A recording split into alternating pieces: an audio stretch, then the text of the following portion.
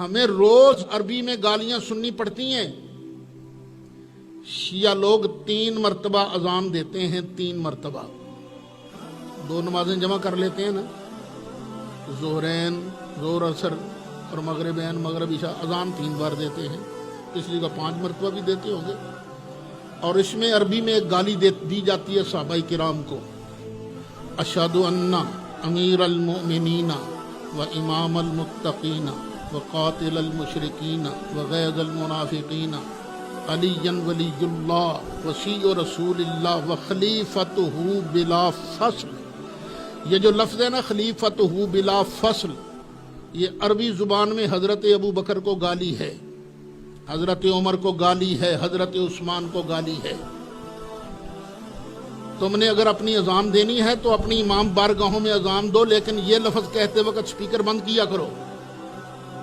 یہ ناقابل برداشت ہو چکا ہے تم جو گالیاں دیتے ہو صحابہ کرام کو۔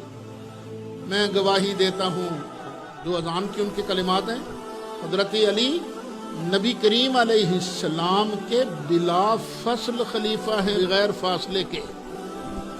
اب آپ خود پوچھئے، ان سے بتائیں کہ حضرت علی کا زمانہ خلافت کس تاریخ سے شروع ہوا؟ کوئی مائی کا لال جو بتا سکے، ادھر سرکار کا وصال ہوا، ادھر حضرت علی کا دور خلافت شروع ہو گیا؟ کوئی نہیں مانے گا۔ حضرت علی کا دور خلافت شروع ہوتا ہے حضرت عثمان غنی کے بعد سے، جب حضرت علی یہ مرتضیٰ کے ہاتھ پر شورا نے بیعت کی، اس کے بعد حضرت علی کا دور خلافت شروع ہوا۔ تو تم جب کہتے ہو حضرت علی نبی کریم علیہ السلام کے بغیر فاصلہ کے خلیفہ ہیں، تو پھر ابو بکر کو تو غاصب کہا نا تم نے، عمر کو تو غاصب کہا نا، عثمان کو تو غاصب کہا نا۔ خدا کے لیے میں حکومت سے اپیل کرتا ہوں، ان کی اذان پر پابندی لگائی جائے، اور اگر دینی ہے انہوں نے اذان تو دیں، لیکن کم از کم لاؤڈ سپیکر پر یہ کلمات بلند نہ کیے جائیں۔ کیوں؟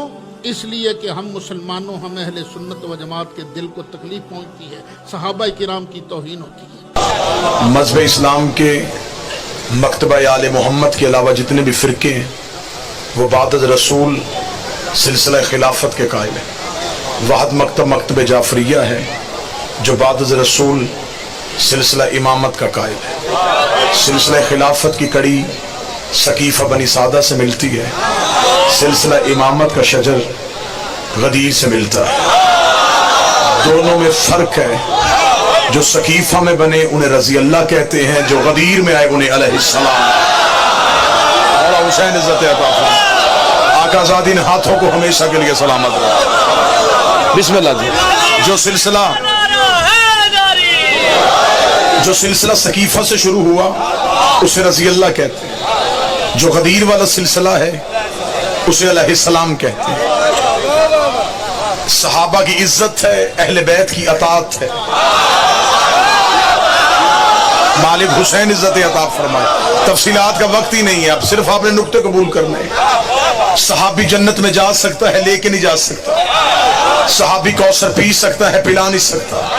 ہماری مجبوری ہے، ہمیں جانے والا نہیں چاہیے، ہمیں لے کے جانے والا چاہیے۔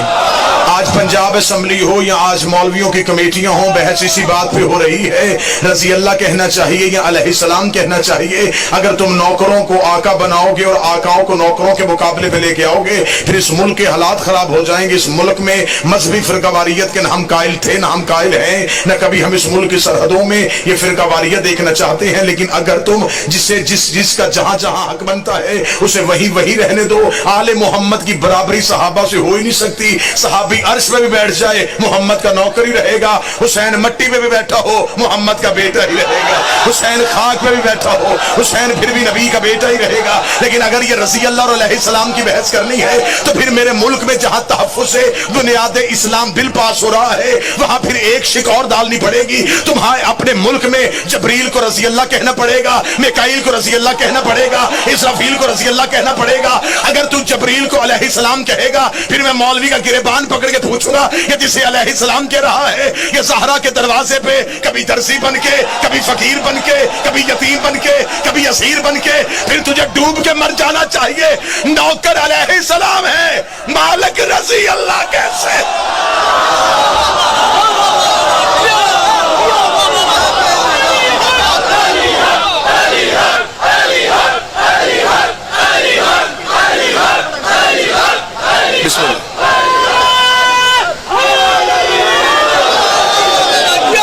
شیعہ قوم محسن کا شلوک نہیں. بسم اللہ.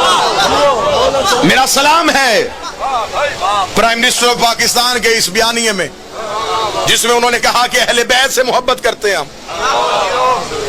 اور جناب پرویز الہی صاحب نے کہا تھا کہ میں تو آل محمد سے محبت کو ایمان سمجھتا ہوں، اور جو ایمان کے مقابلے پہ آئے وہ کافر ہوتا ہے.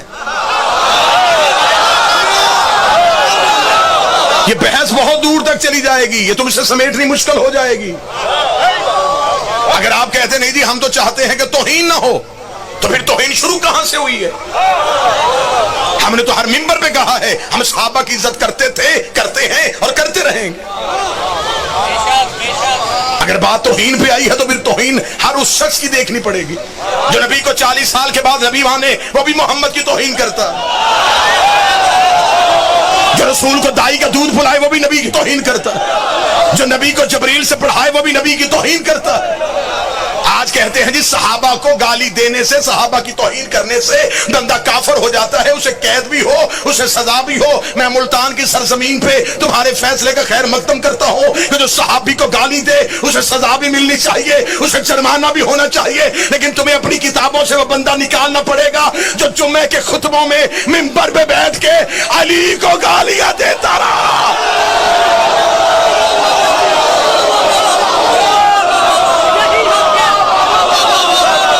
اعتراض نہیں.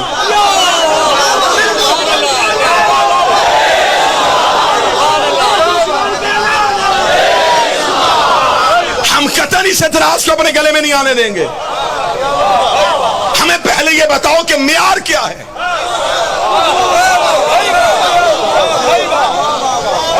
جو مدینے سے نکلے وہ بھی صحابی، جو نکالے. جہاں یہ کمیٹی بن رہی ہے تو وہاں ایک سوال نامہ میرا بھی رکھ دو. ہمیں بتاؤ حضرت عمار یاسر کا قاتل کون ہے؟ شیعہ قوم چپ رہے گی تو بات وہی دور تک چلی جائیں گی. حضرت ابو ذر غفاری کا قاتل کون ہے؟ محمد بن ابی بکر کو زندہ گدھے کی کھال میں رکھ کے چلانے والا کون ہے؟ مالک بن نویرہ کا قاتل کون ہے؟ ہمیں بتایا جائے حسن کے جنازے میں تیر برسانے والا کون ہے؟ ہمیں بتایا زہرا کو خالی بھیجنے والا کون ہے؟ ہم غریب صحیح، ہم سے نہیں ہوتا. قاتل بھی رضی اللہ، مقتول بھی رضی اللہ. کوئی ایک معیار بنانا پڑے گا. اہل بیت کی عزت ہمارا ایمان ہے.